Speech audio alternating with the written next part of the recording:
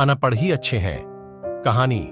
रेखा आज सुबह से ही बहुत उदास और परेशान थी। मां के बार बार पूछने पर भी उसने कुछ नहीं बताया। वो अपने कमरे में सुबह से ही घुसी हुई थी। आज उसने अपना फोन भी बहुत ज्यादा इस्तेमाल नहीं किया था। दोपहर का समय था। घर में लंच की तैयारी चल ही रही थी। सुशीला खाना टेबल पर लगा ही रही थी कि उसके घर की डोरबेल बजती है। प्रेम, जरा देखना कौन है दरवाजे पर, मेरे हाथ में खाना है, सुशीला ने अपने बेटे से कहा। रुक प्रेम, मैं देखती हूं, कहते हुए राकेश दरवाजे की ओर बढ़े। अरे प्रेमा जी, आप आइए आइए, अंदर आइए। मुस्कुराते हुए राकेश ने हाथ जोड़े और झुककर प्रेमा को अंदर आने को कहा ही था कि उनके पीछे सुशीला आ चुकी थी। अरे प्रेमा बहन, आप सब ठीक तो है? आइए, आप बिल्कुल सही टाइम पर आई है। बस खाना लगा ही रही थी डाइनिंग टेबल पर, सुशीला ने प्यारी सी स्माइल देते हुए कहा। हाँ वो सब तो ठीक है सुशीला, मैं यहाँ कोई खाना खाने थोड़े ना आई हूं। अंदर आते हुए प्रेमा ने थोड़ा सा जोश दिखाते हुए कहा।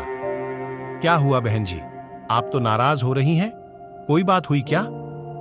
राकेश जी ने प्रश्न सूचक निगाहों से देखते हुए प्रेमा से पूछा। प्रेमा ने उनके प्रश्न का उत्तर न देते हुए कहा, रेखा कहाँ है? जी वो अपने कमरे में है, अभी बुलाए देती हूं। पर क्या उसने कुछ किया है? सुशीला ने फिर से वही प्रश्न किया। रेखा का जिक्र चल ही रहा था, तब तक वो भी अपने कमरे से निकल बाहर डाइनिंग हॉल में आ जाती है। नमस्ते आंटी जी, रेखा ने अपने सर पर चुन्नी करते हुए प्रेमा को विश किया। नमस्ते, तो ठीक है रेखा, पर यह बताओ तुम कल से सूरज से बात क्यों नहीं कर रही हो और अपना फोन क्यों बंद करके बैठी हो? प्रेमा ने कड़क तेवर में कहा। अब घर के सारे सदस्य सहित प्रेमा भी रेखा को ही देख रहे थे। देखो, सूरज बहुत ही इमोशनल और हठीले स्वभाव का लड़का है। अगर तुम दोनों के बीच कुछ हुआ है तो तुम अपनी ओर से सॉरी बोल के रफा दफा कर दो। मैंने तुम दोनों की सगाई के बाद शादी में 4 हफ्तों का टाइम इसीलिए रखा है ताकि तुम दोनों आपस में बातें कर सको, एक दूसरे को जान सको। इसलिए नहीं कि रोज रोज मुंह फुला के गुस्सा करके बैठ जाओ। रेखा, क्या हुआ है? और प्रेमा आंटी सही तो कह रही हैं। अरे छोटे मोटे झगड़े तो अक्सर होते ही रहते हैं कपल्स में। अब हमें ही देख लो, शादी के इतने दिनों बाद भी तेरी माँ मेरे से रोज झगड़ा कर ही लेती है, फिर भी मुझे सॉरी बोल, मामला रफा दफा करना ही पड़ता है। राकेश ने रेखा से झोली अंदाज में स्माइल के साथ कहा। आप तो रहने ही दो, बच्चों को ऐसे टाइम पर भी ना यही एग्जाम्पल देना। बेटा रेखा, अगर कुछ है तो हमें बताओ। कल को आपकी शादी सूरज से ही होनी है, इतना अच्छा लड़का हमें फिर नहीं मिलेगा। प्रेमा दीदी सही कह रही है। सुशीला ने भी रेखा को समझाने की कोशिश की। रेखा, हम तो अपनी दोनों फैमिली के भले के लिए कह रहे हैं। शादी के इनविटेशन कार्ड तक बढ़ चुके हैं, सारे रिलेटिव्स को पता चल चुका है। अब अगर कुछ होता है तो क्या कह के उन्हें मना करेंगे? ये हमारी दोनों फैमिली की नाक का सवाल है। और अब प्रेमा ने सुशीला की ओर देखा। सुशीला, मैंने तुम्हारी बात पर भरोसा करके अपनी दोस्ती को रिश्तेदारी में बदलने की कोशिश की, लेकिन ये रेखा तो कल से सूरज को नाराज करके बैठी है। वो कह रहा है, माँ तुमने न जाने कैसी अनपढ़ टाइप की लड़की ढूंढी है मेरे लिए।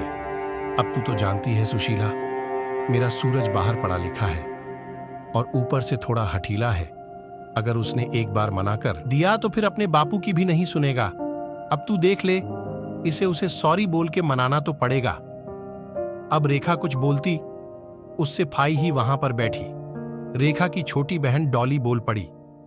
दीदी क्यों सॉरी बोलेगी जब उनकी कोई गलती ही नहीं है? सॉरी तो आपको और आपके बेटे सूरज को बोलना चाहिए। डॉली की बात सुन के सब हक्के बक्के और हैरान होने लगे। क्यों डॉली, ये क्या कह रही है तू? हाँ, मैं सही कह रही हूं।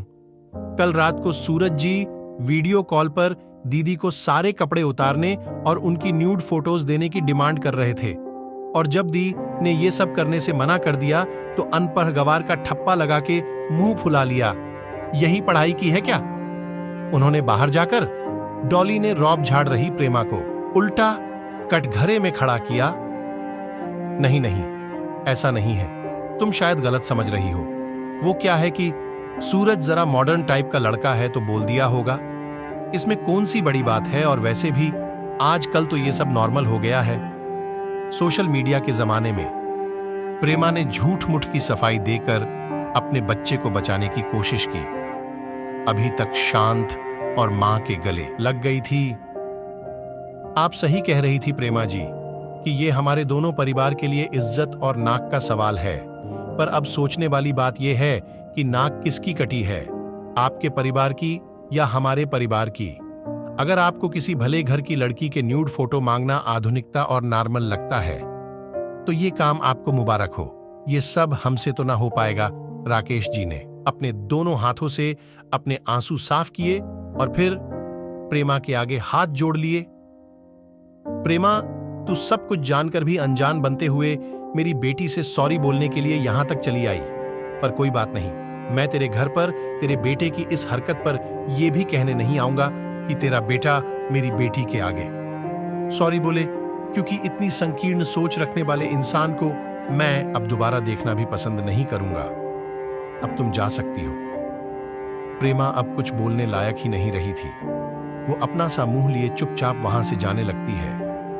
राकेश और सुशीला अपनी बेटी को अब गर्व से सीने से लगाते हुए कहते हैं, ऐसा पढ़ा लिखा होने से अनपढ़ गवार होना ही लाख गुना अच्छा है।